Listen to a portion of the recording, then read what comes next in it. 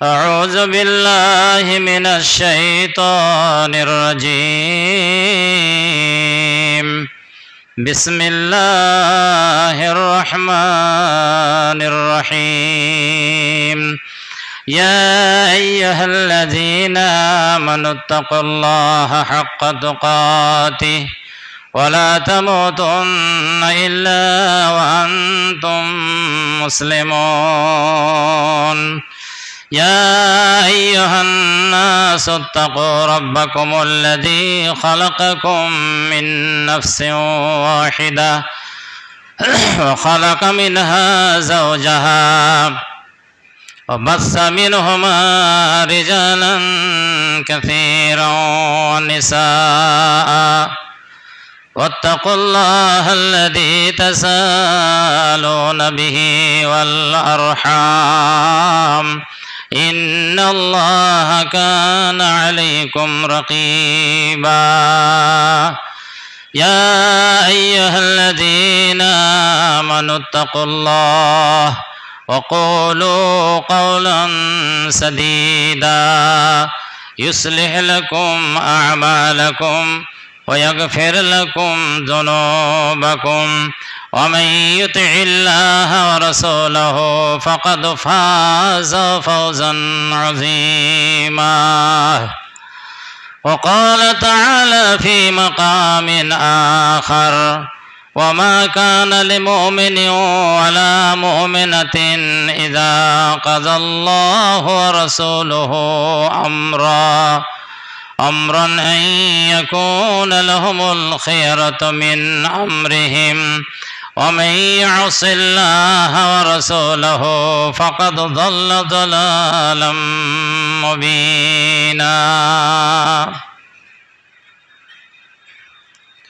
বিচক্ষণ মানবের কাছে সংসার ছায়াবাজি বিনে ভাই কিছু নয় আর যুগে যুগে জগতের অধিবাসগণ কোথায় চলিয়া যায় আসে রে নূতন এ সংসার পর তারে ভেব না আপন ঠিক জানো কুহকিনী রমণে মতন যুগে যুগে ধরিতেছে নব নব স্বামী ভাবিয়া চিন্তিয়া এই বুঝিয়াছি আমি এদিন চলিয়া যাবে ক্ষণকাল পরে রবে শুধু কর্মফল চিরদিন তরে যখন বাহির হবে পবিত্র পরাণ সিংহাসন কিংবা মাটি দেখিবে সমান এ জীবন কাল তব বরফের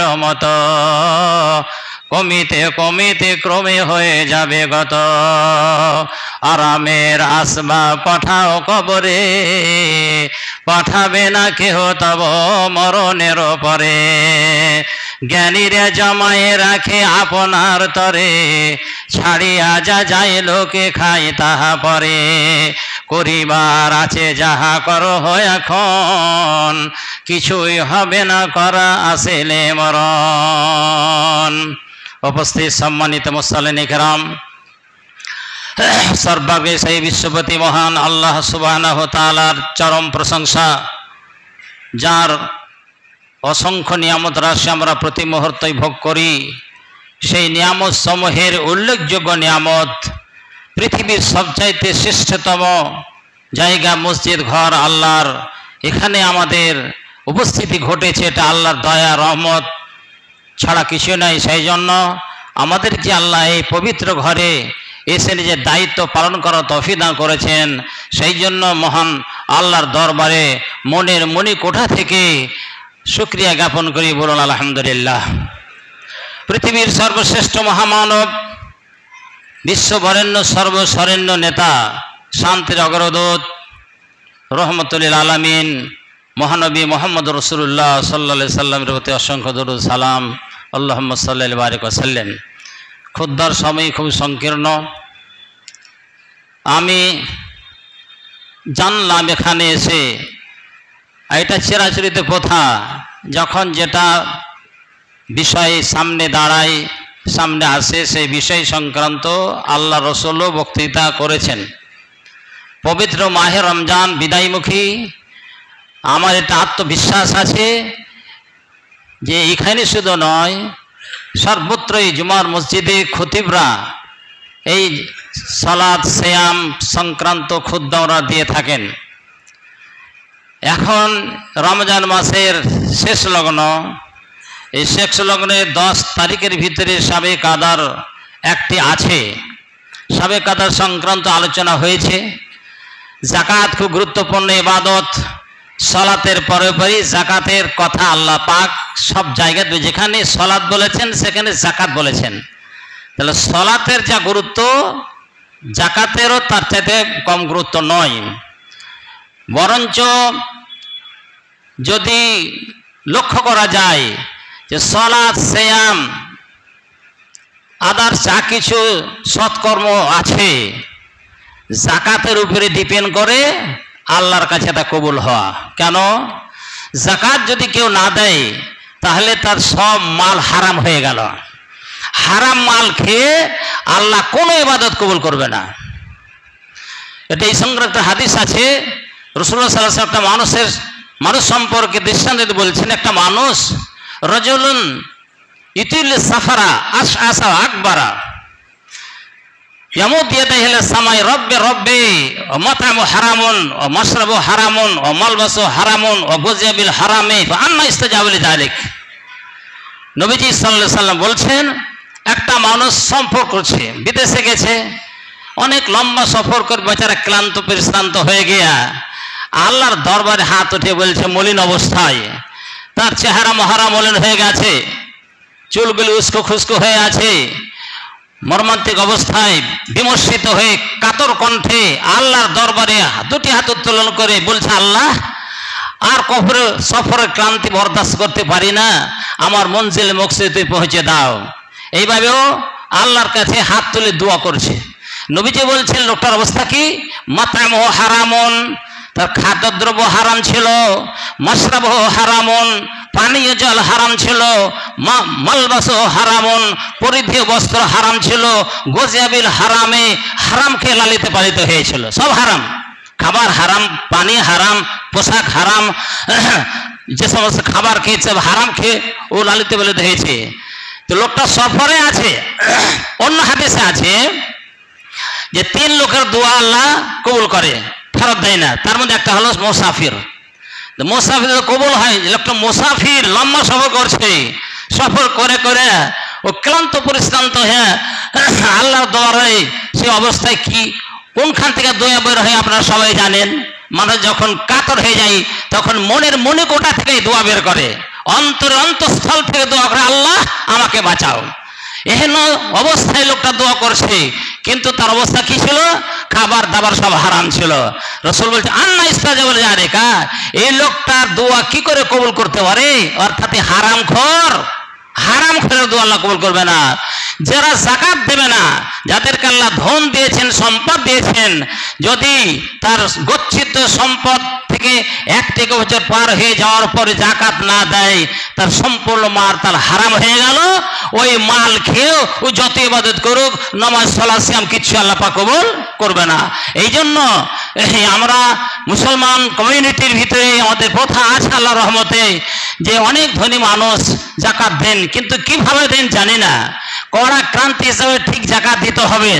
যতটা যাকাতের পরিমাণ 7.5 ভরি সোনার দাম পরিমাণ যদি টাকা থাকে, অথবা 52 ভরি চাঁদি রূপা বরাবর যদি টাকা থাকে, আর 1 বছর পার হয়ে যায়, তাহলে তাকে আর শতকরা 80 টাকা হিসেবে যাকাত দিতেই হবে। না দিলে তার মাল হারাম হয়ে গেল। ওই মাল খেয়ে ভক্ষণ করে ওর সাদকাও কবুল করবে না, যেহেতু পবিত্র করেনি। কাত আফলাহ মান তাযাক্কা, আল্লাহ বলছেন ওই লোকটা পরিষ্কার পরিচ্ছন্ন হয়ে গেল, যে লোকটা নিজের মাল ধন সম্পদকে যাকাত দিয়ে পরিষ্কার করলো, মুক্ত হয়ে গেল। কাত আফলাহ মান তাযাক্কা, যে পরিষ্কার পরিচ্ছন্ন পবিত্র হয়ে গেল, সেই লোকটা কি হলো? আফলাহা, মুক্তি পেয়ে গেল, মানে সব রকমের আযাব থেকেও পরিত্রাণ পেয়ে গেল। অতএব যাকাতের উপরে আমার আপনার ইবাদত কবুল করার ডিপেন্ড করছে। সেই জন্য আমি একটু হিংসে যাচ্ছি যে জাকাত দিতেই হবে। ধনীর ঘরের দুলাল যারা আছেন, যারা দলিল আছেন, ছেলে মেয়ে নরনারী সমস্ত মুসলিম হয়ে যে নেশাব আছে, এটা বললাম, এই নেশাব ভোর টাকা হতে গেলে তাকে জাকাত দিতে হবে। তো মাশাআল্লাহ কিছু লোক জাকাত দেন, জাকাতের কারণে মাদ্রাসা মক্ত অনেক কিছু চলছে, বুঝলেন। তো জাকাত সংক্রান্ত আলোচনা হয়েছে, একটু আমি হিস দিলাম, সময় যেহেতু খুব সংকীর্ণ। লাইলাতুল কদর সম্পর্কে একটু দিই। লাইলাতুল কদর সবাই জানেন, সব বলেছেন মাওলানারা যে লাইলাতুল কদরে খায়রুম মিন আলফি শাহর, 1000 মাস ইবাদত করলে যা নেকি পাওয়া যায় তার চাইতে অধিক পরিমাণে খায়র। খায়র এই শব্দটা আছে ব্যাকরণগত ইসমে তাফজিল বলে, এটাকে বলে এই সর্বনামটা হলো কি ইসমে তাফজিল, অন্যের তুলনায়, অন্য জিনিসের তুলনায় ব্যবহার করা যায় খায়র শব্দটাকে। তো আল্লাহ বলছেন খায়রুম মিন আলফি শাহর, 1000 মাস চাইতে, 1000 মাস অপেক্ষা বেশি ফজিলত ও মর্যাদা ও সম্মান নিকে আছে একটা রাত্রি যাপন করলে। এই রাত্রিটা কোনটা আল্লাহ রসুল বলেননি, আল্লাহ বলেননি। কেন বলেননি? এর মধ্যে হিকমত লুকিয়ে আছে, এর মধ্যে হিকমত নিহিত আছে। যদি ডেফিনেটলি একটা রাতকে বলেই রাখতে এটাই, তাহলে আমরা একটাই জাগতাম আর 4টা রাত জাগতাম না। আল্লাহ ইচ্ছা করলে আবার বলে যাবেন, ভুলে গেছেন। রাসূলুল্লাহ সাল্লাল্লাহু আলাইহি সাল্লামকে যখন বলা হলো যে আপনার উম্মতকে বলে দিন, আল্লাহ বলছেন যে আপনার উম্মতরা একটি রাত্রে ইবাদত করলে 1000 মাস চাইতে বেশি ইবাদত করার নেকি পাবে। যখন কিছু লোক অভিযোগ করলো রসুলের কাছে, আগেকার লোকেরা অনেক বয়স পেয়েছে, 200, 500, 1000 বছর, আমাদের বয়স তো 60 থেকে 70 মধ্যে বেশিরভাগ, অল্প টাইমে আমাদের ইবাদত কতটা করব। তখন আল্লাহ সান্ত্বনা দেওয়ার জন্য এই আয়াত নাযিল করলেন যে তোমাদের অল্প সময় হতে গেলেও তোমাদের মর্যাদা বেশি। এই মর্যাদার ভিতরে এই লাইলাতুল কদর একটি রাত্রি জাগো, তাহলে 1000 মাস ইবাদত করার চাইতে বেশি নাকি পাবে। নবীজি ওটা খবর দিতে যাচ্ছিলেন, আর রাস্তাতে দুজন লোকের সঙ্গে ঝগড়া কত খারাপ। আব্দুল্লাহ বিন হাবি হাদরাত, হযরত কাব বিন মালিক, ধনী মানুষ, এরা দুজনে ঝগড়া করে। কাব বিন মালিক আব্দুল্লাহ হাদরাতকে ধরে টানাটানি করছে, তোর কাছে টাকা পাবো, টাকা ধার নিয়েছিল পরিশোধ করছে না। রসুল খানতে চলে যাচ্ছিলেন, তো কি ব্যাপার? এই ব্যাপার। কাব বিন মালিক বলছেন যে আমি ওকে টাকা দিয়েছি, ধার নিয়েছে, উসুল করছে না, আজকে আমি ছেড়ে দেবো না। তো রসুল বলেন দেখো বাবা, আল্লাহ তোমাকে ধন দিয়েছে, তুমি একটু নরম পন্থা অবলম্বন করো, একটু সহানুভূতিশীল হও, তারপরে সহানুভূতি করে তাকে হয়তো সময় দাও, আর নয়তো কিছু কম করে দাও। নবী যেটা বললেন সেটাই উনি মেনে নিলেন। এই ঝগড়ার ফয়সালা তো হলো বটে, তো ঝগড়ার ফয়সালা করতে গিয়ে রসুলের ব্রেন থেকে ওই রাতটা কোনটা পার্টিকুলার ভুলে গেলেন। তো ভুলেই থাকলেন, তা আল্লাহ রসুল আইডিয়া করে বললেন যে সব চাইতে 355 চাঁদ হিসাবে সূর্য এসে 365 দিন বছর হয়, তো ওই বছরের ভিতরে একটা রাত আছে, এই রাতটা কোনটা? তো রসুলের ব্রেন থেকে উঠে গেছে। তো অনুমান করে বললেন যে তোমরা যেহেতু 12টা মাস একটি বছর, 12 মাসের মধ্যে রমজান মাস বেশ সম্মানিত, আর রাতটা সম্মানিত আছে, অর্থাৎ সম্মানিত মাসের মধ্যেও হতে হবে। আবার তার মধ্যে শেষ টাইমটা ইন্নামাল আমাল বিল খাওয়াতিম, শেষ কাজটার গুরুত্ব এবং মর্যাদা বেশি আল্লাহর কাছে, অতএব শেষের দিকটা তো হতে পারে। এই জন্য কাদর মানে আইডিয়া, কাদর মানে মর্যাদা, কাদর মানে নির্ধারণ, এই কতগুলি মানে আছে। তো আইডিয়া করে এই রাতটা হতে পারে। তো রাতের ভিতরে আখেরের শেষ দিকে বিজোড় রাত আল্লাহ পাক বেশি ভালোবাসেন, বিজোড়কে ইন্নাল্লাহ ভিতরে হিবুল ভিতরা, অতএব বিজোড় রাত 5টার মধ্যে জায়গাটা পেয়ে যাবেন। তো আমরা আগাদিকে আর সামনে আমাদের 2টি রাত আছে, গত 25 রাত পার হয়ে গেছে, 27 ও 29 যারা আমরা পালন করেছি, আল্লাহর কাছে উম্মিদ আশা রেখে আমরা বাকার 2টি রাত্রি যদি জাগরণ করি, জিকির আজকার তাসবিহ তাহলাত, এই চায়ের মাধ্যমে নয় আর গল্পের মাধ্যমে নয়, ওদিকে চা চলছে তো গল্প করছে, কে কোরআন পড়ে করলে হবে না, একদম একাগ্র চিত্তে মহান আল্লাহকে ডাকতে হবে, শুধু তাসবিহ তাহলাত সালাত আর তেলাওয়াতের মাধ্যমে।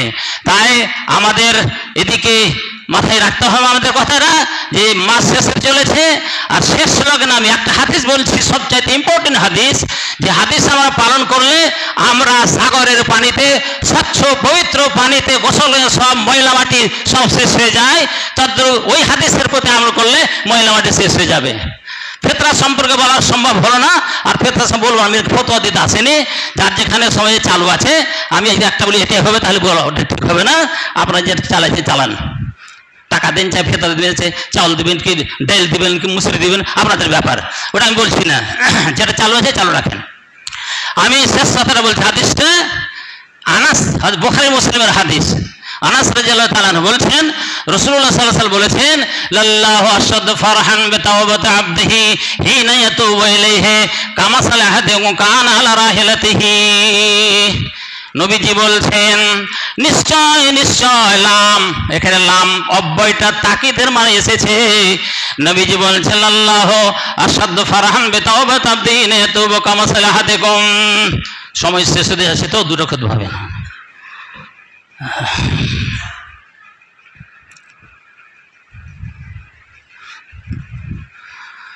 نحمده ونصلي على رسوله الكريم أما بعد فأعوذ بالله من الشيطان الرجيم بسم الله الرحمن الرحيم আয়াতটা পড়েছিলাম ওমা কানা লিল মুমিনি ওয়ালা মুমিনাহ ইযা কাযা আল্লাহু রাসূলুহু আমরা আন ইয়াকুনা লাহুমুল খিয়ারাতু মিন আমরিহিম। দুনিয়ার যত মুমিন নরনারী আছো শুনে নাও, আল্লাহ তাদের রাসূল যে বিধান তোমাদেরকে দিয়ে দেবে, তোমার মনে গাথুক চাই নাই গাথুক, তোমার মনে ধরুক চাই নাই ধরুক, তোমার মন সমর্থন করুক চাই নাই করুক, মানতে হয় তোমাকে মুমিন হিসাবে। মানাটা ফরজ, একান্ত পরিহার্য কর্তব্য। যদি না মানো তাহলে তুমি মুমিন থাকবে না। আল্লাহর বিধানে কোনো মানুষের কোনো মুমিনের হস্তক্ষেপ করার কোনো অধিকার নেই। চূড়ান্ত সিদ্ধান্ত আল্লাহ তাআলা রাসূলের, যে মেনে নাও তাহলে ফাকাত ফাজ ফাওজান আযীমা, সে চরমভাবে কি সফল কাম হয়ে গেল। আর ওমাই ইয়াসিল্লাহ রাসূলা, আর আল্লাহ রাসূলের যে বিধানকে উপেক্ষা অগ্রাহ্য করলো সে পথভ্রষ্ট হয়ে গেল। আমরা মুসলমান হিসাবে মুমিন হিসাবে আত্মসমর্পণকারী মহান আল্লাহর দরবারে অতএব আল্লাহ যেটা ফয়সালা করেন সেটা মেনে নিতে হবে, এবং আল্লাহ যেটা বলে সেটা ধ্রুব সত্য। তিনি ওয়াদা দিয়েছেন, বান্দা তোমরা যদি আমার দ্বারে পাহাড় সমান গুনহার নিয়ে চলে আসো, আর একাগ্র চিত্তে আন্তরিকভাবে নিজের গুনহার প্রতি অনুশোচনা অবলম্বন করে, অনুশোচনার ভূমিকা গ্রহণ করে যদি আমার দরবারে প্রতিজ্ঞাবদ্ধ হও, তাহলে আমি তোমাদের গুনাহ খাতা সব মাফ করে দেব। কেমন আল্লাহ কত আনন্দিত হন! রাসূল বলছেন যে আল্লাহ ওই লোকটা চাইতে আনন্দিত হন যে লোকটা সফর করছে, সফর করতে করতে ক্লান্ত পরিস্থিতি, একটা উটের উপরে বা আরোহী জন্তুর উপরে সফর করতে করতে এক বিরাট মাঠে চলে গেছে, কোনো লোকালয় নেই, জনবসতি নেই, জনপদ নেই, মানুষ নেই, জন নেই, মরুভূমিতে তার উট নিয়ে চলছে, কিন্তু উটের পেটে বসে থাকতে থাকতে ক্লান্ত পরিশ্রান্ত হইয়া নেমে গেছে, গাছতলাতে শুয়ে পড়েছে। শুয়ে পড়ে ঘুম চলে এসেছে।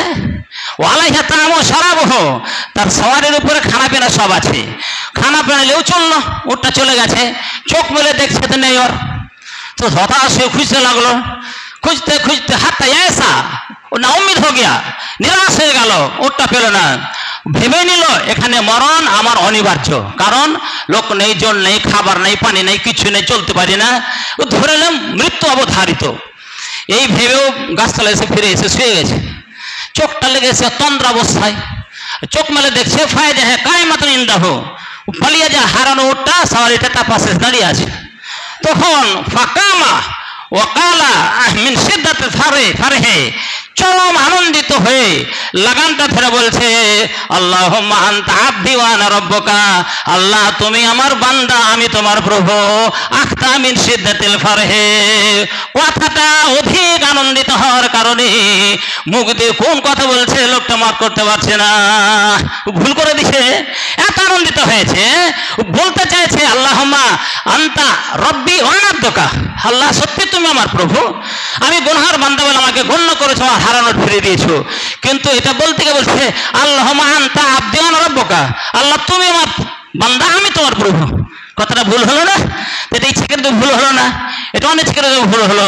তো লোকটা যেহেতু ভুল করে কথাটা বললো, কেন অধিক মাত্রায় আনন্দিত হওয়ার কারণে এই হারানো উট পানেওয়ালা লোকটা যত আনন্দিত হয়, ওই পাপী গুনাহগার কতই পাপ করেছে, ওই পাপী আল্লাহর কাছে তো ইস্তেগফার করে, আল্লাহ তোমার দরবারে আমি সাবে কাদারে মন থেকে প্রতিজ্ঞা করছি, আমি তোমার দরবারে ইকরার করছি, যে গুনাহ আমার হয়েছে এই গুনাহটা আমি আর এগোবো না, আল্লাহ তুমি মাফ করে দাও।